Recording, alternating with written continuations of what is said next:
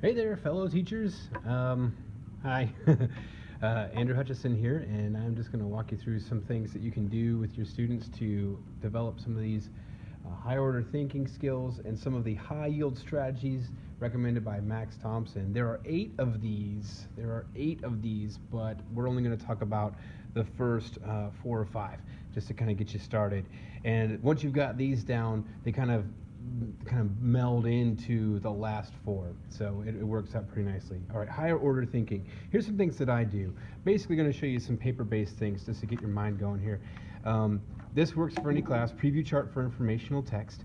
The kids have to be taught how to create high order questions, and you can show them some quality ways of writing questions where it's not just a right there answer where I say like you could point to it in one spot in a book, but they have to use these verbs which are going to require them to have deeper levels of thinking, higher order thinking to answer their questions. They can preview any textbook with this, and they basically look at the headings and just kind of go down through and create questions that they can then answer. They could create questions and then trade and have their classmates do the answers, or they could just do their own questions and answers, however you want to do it. Some other higher order thinking things that we have are, Max Thompson loves visual organizers. They're a great thing to do. So you've got your concept web or your concept map. We've got comparison and contrast charts here. These are great.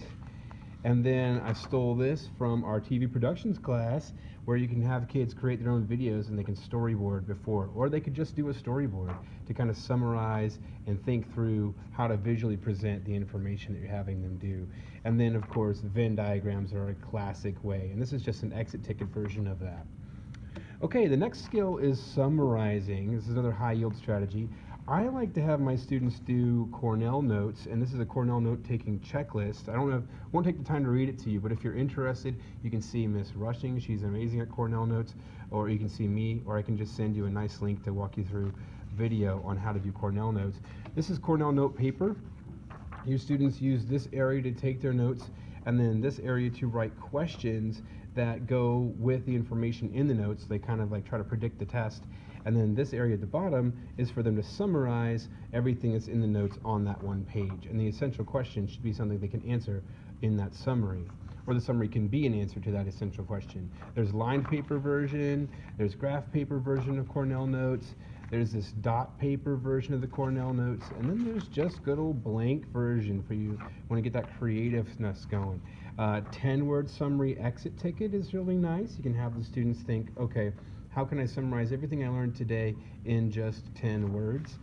And there is summarization. There's a whole lot of Cornell notes that we won't have time to talk about in this video, but if you're interested, let me know. And then vocabulary in context. So vocabulary in context, I love to use this in science class where I can show students, I don't tell them any of the vocabulary words yet. I go through a bunch of demonstrations.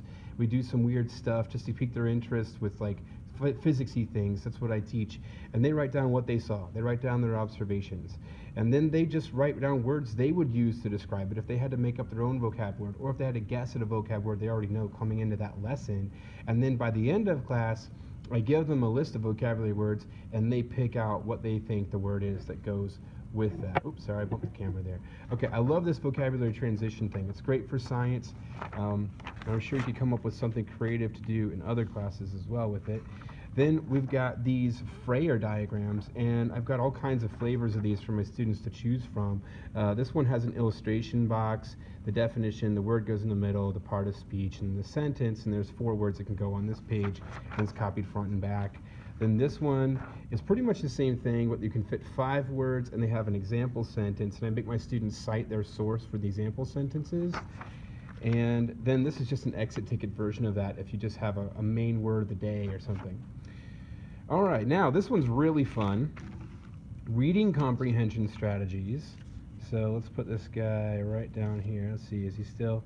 Oh, here, we'll shift everybody. Whoop, whoop, whoop, whoop. Okay, this is the last one we're going to do. Reading comprehension. So let's say you're going to have your students read a sweet article on force fields. Well, there's some things that I have them do with the text.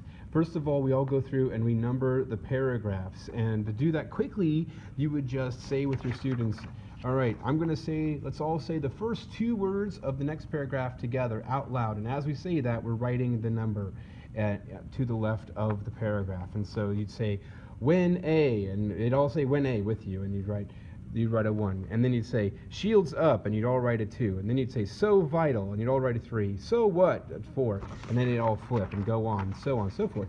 Now, once you number all the paragraphs, this allows students to then go back and cite a certain paragraph as a reference. And so if you're going to do an activity with that thing, or you're going to have them write from this, then they can cite paragraphs and not have to talk about, okay, well, it was somewhere on that 3rd page in, somewhere down. Now, this is a fun thing to do with reading comprehension. You have them mark the text. So we number the paragraphs, and then we can mark the text. We use this old page protectors, or you can use transparency sheets that we don't really use anymore. If you got a bunch of those laying around, you lay this over the page, you give them a couple of Expo dry erase markers inside there, a little sponge for an eraser, and then you have them go through and circle key vocabulary words. You can do this kind of however you want. You can use circles and underlines, and you can have them choose colors or tell them specific colors. So maybe I would say, all right, here's what we're going to do. Back on this page where they talk about the fundamental forces. So we have the 4 forces. Whoa, the 4 forces.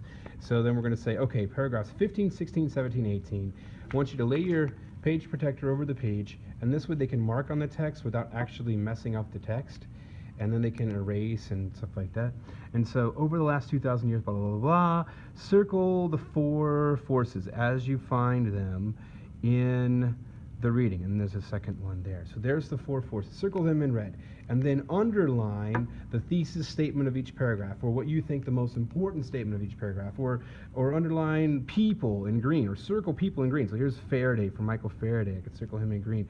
Or I could underline what I think is the most important statement about gravity, and so on. And I can make all kinds of, markings all over it, and then I can just erase that when we're ready to go on to the next page, so that it's not permanent, in case you want to have class set for things and pull them back out, or if you just want to let students make markings on it that aren't going to be permanent on there, so they can make mistakes and feel free to make those.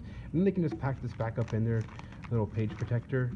It's all done. And that allows them to do kinesthetic things with reading while they're going through a packet, instead of just reading through mindlessly. Now, if you have a single page, then you can just put it in, you can just sleeve it, and it's just permanent, and you have a class set, and you don't have to worry about giving these out or anything.